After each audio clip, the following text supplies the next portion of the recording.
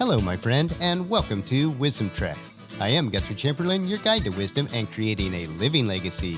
Thank you for joining us for our 5-day-per-week Wisdom and Legacy podcast.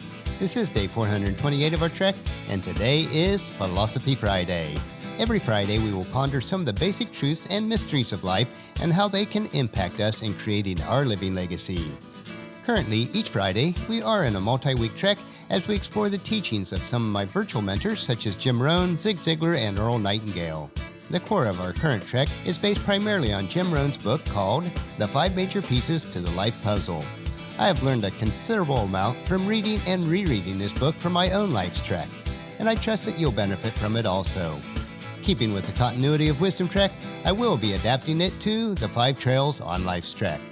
We are broadcasting from our studio at the Big House in Marietta, Ohio. Paula has a couple of her Charlotte friends, which are part of her monthly quilting group here for the week for a retreat.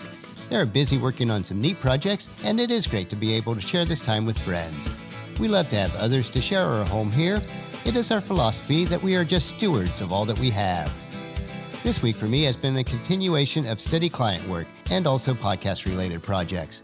Even with the steady workload, my mind is constantly seeing new opportunities in so many areas of business and life. I have to continually remind myself that in order to maintain this lifestyle we enjoy, and is also concurrent with our life's philosophy, that we need to focus on any new opportunities in the order of importance for this particular season of our life. We all have a particular philosophy or worldview about life. It is what our integrity and value system is based on. It is also important that we continually refine the philosophy to be successful in any area of our life. So far on this extended trek, we have explored what makes up our unique personal philosophy. And on our trek for today, we will continue with the first of 5 trails on life's trek, which is the Philosophy Trail. Specifically, we want to explore how to develop a powerful personal philosophy. So let's break camp and continue on this first trail, and this is Philosophy Part 2. As a reminder, on our overall extended trek, we will cover the 5 trails on life's trek, and those 5 trails are philosophy, attitude, activity, results, and lifestyle. The greatest influence on what you decide to do with tomorrow's opportunities is not going to be circumstance, but rather what and how you think. What you think and the conclusions you reach regarding life's challenges is going to be the sum totals of what you have learned up until this point. This learning process plays a major role in determining your personal philosophy. Over the years, you have managed to gather up a considerable amount of knowledge. You cannot live without the information that surrounds you, making an impact on how you think. The human mind is continually taking pictures and recording sights and sounds around us. Every experience is etched into the neurons of your brain. Every word, every song, every television program, every conversation, and every book has made an electrical or chemical imprint into your mental computers. Each emotion, each thought, each activities in which you have been engaged has created a new circuit in your brain, which is linked to all the other circuits that already existed.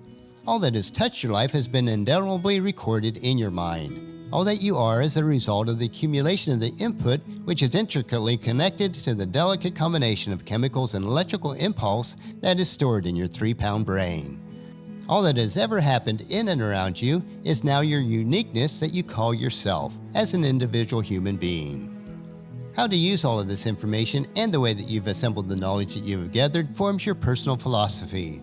The problem is that much of this information that we have gathered has resulted in erroneous conclusions about life that can actually block the achievement of your goals. The only way to eliminate these mental barriers is to review, realign, and revise your personal philosophy. The best way to establish a new and powerful personal philosophy is to begin with the objective to review the conclusions that you have drawn about life. Any conclusion that is not working for you may actually be working against you. Suppose, for example, you decide that your current employer is not paying you enough.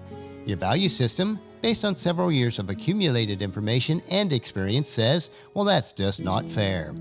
This value judgment causes you to take specific steps in retaliation. As a result, you reduce your effort and you do only those things that you feel that your current paycheck justifies.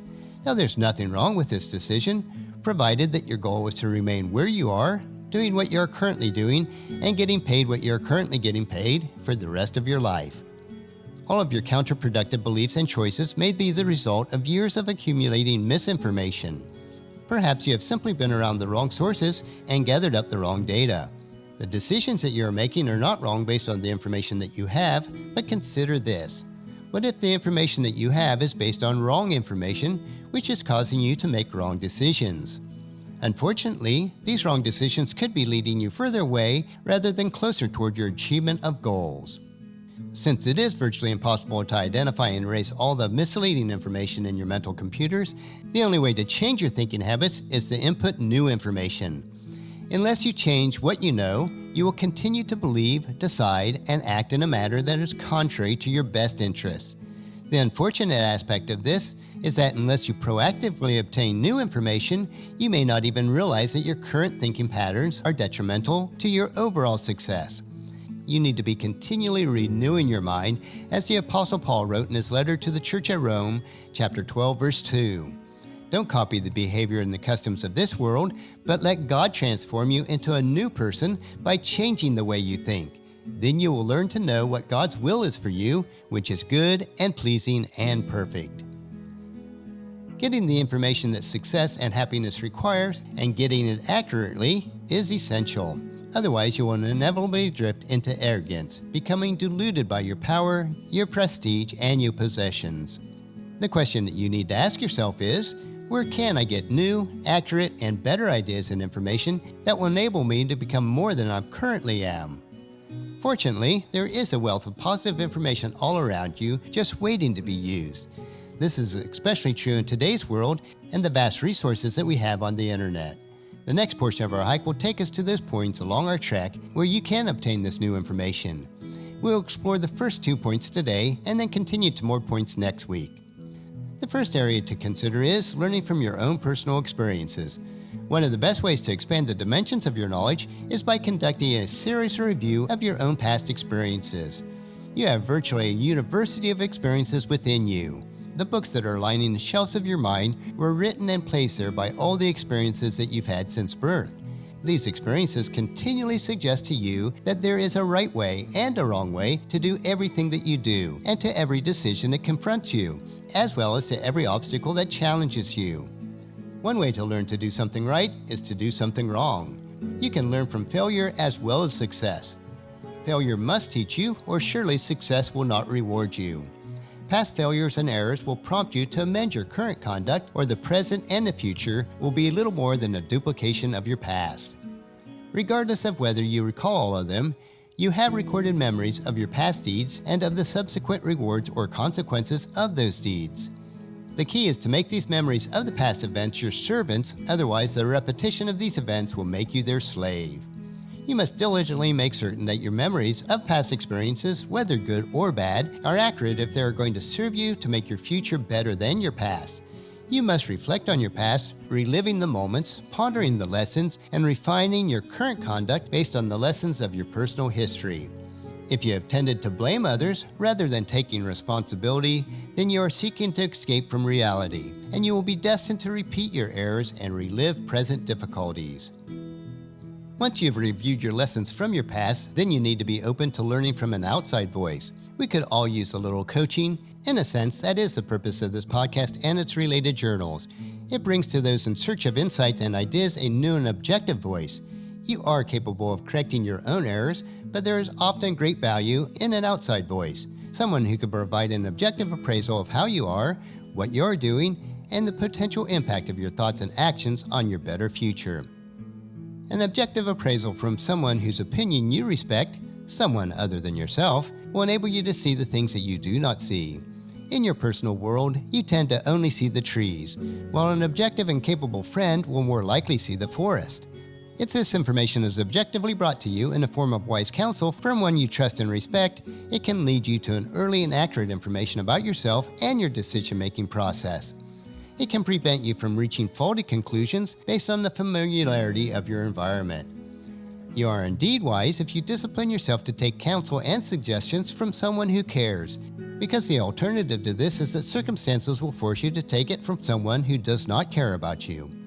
In the world of business, successful executives often turn to consultants who bring a freshness of an outside voice. Company employees can become so familiar with the problem at hand that they've lost their ability to see the solution that sits on their shoulders. You must make certain that you have access to your own select person or group of associates to whom you can turn for counsel, especially during those times when the winds of life have changed so often that you are no longer certain that you're still on course. Others can help you to examine your actions objectively to ensure that you've not drifted too far away from the fundamentals or the basics. Today we continued up the trail of philosophy and we began constructing the framework on how to develop a powerful personal philosophy. This is not an easy hike to make. It requires absorbing new information that may challenge your current philosophy. It will require learning from your own personal experiences. It will also require that you learn from outside mentors that have your best interest in mind. Next week on Philosophy Friday, we will explore how to learn from other people's failures and successes. Make sure that you join the continuation of our trek on the Trail of Philosophy next Friday. We will discover more information about your philosophy on the 5 trails on life's trek. I do know that you'll find these insights interesting and profitable in living your rich and satisfying life. Our next trek will be Motivation Monday, where we will explore trails on how to get and stay motivated that will bring value to your world. So encourage your family and friends to join us, and then come along with us on Monday for another day of Wisdom Trek, Creating a Legacy. That will finish our trek for today. Just as you enjoy these daily doses of wisdom, we ask you to help us to grow Wisdom Trek by sharing it with your family and friends through email, Facebook, Twitter, or in person when you meet with them, and invite them to come along with us each day. If you'd like to listen to any of the past daily treks, they are available at wisdom-trek.com. And don't forget to subscribe to Wisdom Trek so that each day will be downloaded to you automatically. And if you have the time, I would appreciate it if you would rate and review us on iTunes or Google Play so that others will find out about Wisdom Trek and join us each day. The journal for today's trek is available at wisdom-trek.com. Thank you so much for allowing me to be your guide, your mentor, but most importantly, I am your friend as I serve you through the Wisdom Trek journal and podcast each day. And as we take this trek of life together, let us always live abundantly, love unconditionally, listen intentionally, learn continuously, lend to others generously, lead with integrity, and leave a living legacy each day. This is Guthrie Chamberlain, reminding you to keep moving forward, enjoy your journey, and then create a great day every day. See you on Monday.